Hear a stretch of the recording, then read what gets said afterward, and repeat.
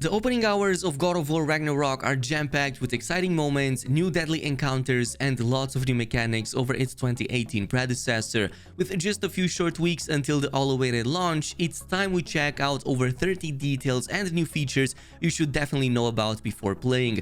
Also, to mark the moment, you can take part in my God of War Ragnarok giveaway. Our recent Gotham Knights one just ended, so congrats to the winner. All you have to do is to be a subscriber of the channel, leave a like on this video, and follow the links in the description box down below. Anyway, get ready to make some room on your consoles because the PS5 version alone occupies over 90 gigs, more than double the 45 we had on the 2018 version. Meanwhile, for the PlayStation 4, it's going to be slightly larger at almost 120 gigabytes. The graphics and performance options are also really impressive even on the PlayStation 4, as the game features up to 4 modes to choose between. One of them will favor resolution at 4K and 30 FPS locked, while the other one will favor performance at 60 FPS locked. There's two more options for high frame rate. One of them is 4K and 40 FPS, and the other one is ultra high frame rates targeting 120 FPS, but these final two options will require HDMI 2.1 and likely only on the PS5. In terms of story and length, while still under the embargo, expect at least 40 hours of content between the main narrative and the side missions, with the core plot alone rumored to be over 20 hours in length, including the cinematics. But the story of Ragnarok takes place 3 years after the events of the previous title. In case you missed that or want to refresh your memory, then don't worry, Ragnarok will feature a way to recap the story from the previous game. With a grown-up and more mature Atreus, Kratos and his teenage son begin their journey through the 9 realms to seek out means to prevent Ragnarok itself, while also attempting to uncover answers behind the boy's second identity as Loki. Their journey will lead them to new places and meet new characters, including Tyr, the previously believed dead Norse god of war. Not all gods will prove friendly though, with Thor's anger ever looming over their heads following the death of his 2 sons, plus the now ally turned enemy Freya seeking revenge for the death of Baldur in the first game. But new types of enemies will keep piling up, with a greater variety even for the basic enemies. The violent raiders of the Wildwoods will finally give us some human enemies to fight in the new God of War sequel, serving as more of training dummies, much like the Draugr did back in 2018. The difference is now enemies can also use the environments more, including vertically to grab onto ledges and even launch themselves from walls. Also, more boss fights and large enemies were confirmed even from very early on. Bjorn and Dreki are some of the early on examples. The mighty bear we saw in some of the previous trailers, as well as the oversized lizard-looking creature, will be some of the earliest encounters, as Ragnarok wants to add more variety compared to some of the more common trolls we had back in the last title. PlayStation Blog described this fight as an introduction, a tutorial if you will, to the new visual cues and types of attacks, with a big focus on dodge, parry, and constantly evading flurry of attacks. But a new enemy type you should definitely watch out for are the new Bifrost-infused Einarhars. The pale, tattooed-looking monsters will debuff Kratos with a nasty debuff on their first attack, which can cause a massive damage explosion if you get hit again, effectively erasing entire chunks of your HP. And there's going to be plenty more in just a few starting hours that you likely won't want to mess with, and instead make sure you dodge, parry, and attack readily, otherwise you risk having a meeting with the respawn screen. Enemies aren't the only ones that evolve though, as Kratos' combat mechanics have too, including an increased focus on using the environmental's new added verticality.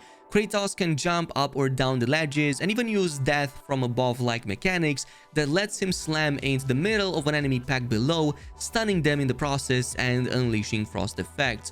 Combat is also much deeper now, with more layers and modifiers starting as early as level 2.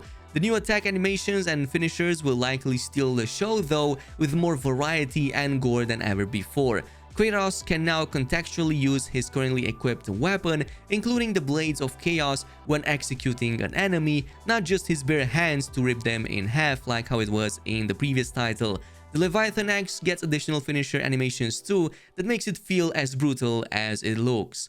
And speaking of weaponry, Ragnarok will let you pick up both the axe and the blades of chaos right from the very beginning, though they will be reset back to level 1. The cosplay guide gives us a hint into why this is the case and gives a pretty good explanation. It seems that the lack of maintenance might have been one of the main reasons for why this is the case. Additionally, weapons now have new functionalities and skills added to them, especially in terms of the triangle button.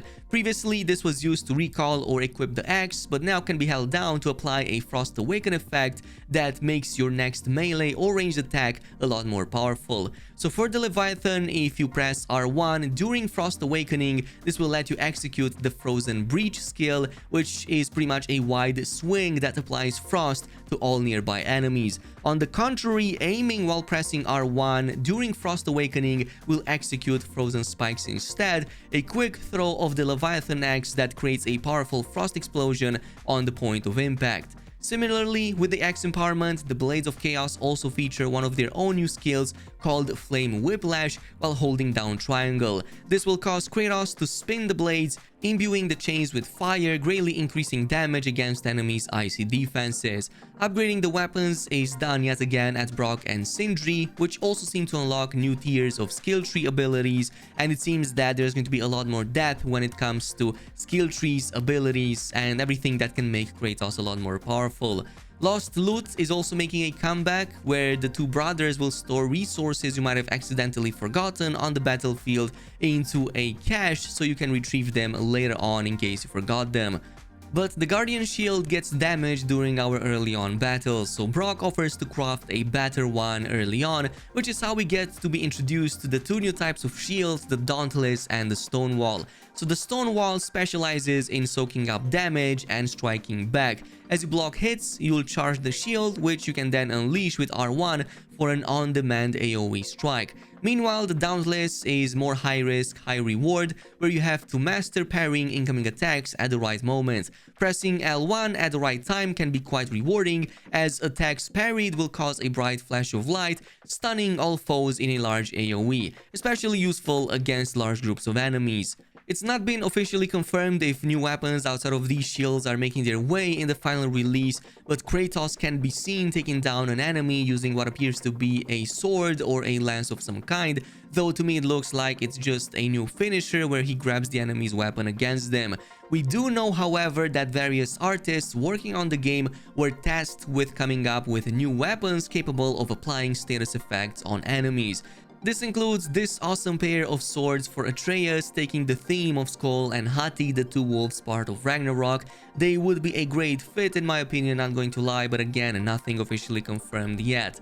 Gear customization, however, is back for both weapons and armor, including the slottable gems for the axe and the blades. This time around, it's also going to be for the shields. Both Kratos and Atreus got a wardrobe change in Ragnarok to better reflect their time spent during the harsh cold events of the Fimbulwinter. Kratos in particular will remove his bandages from the previous game. Actually, he did so at the end of the previous one, with only one piece remaining, kind of like a remembrance and a nod back to the 2018 version, but now he also features a bear fur cloak to insulate against the cold.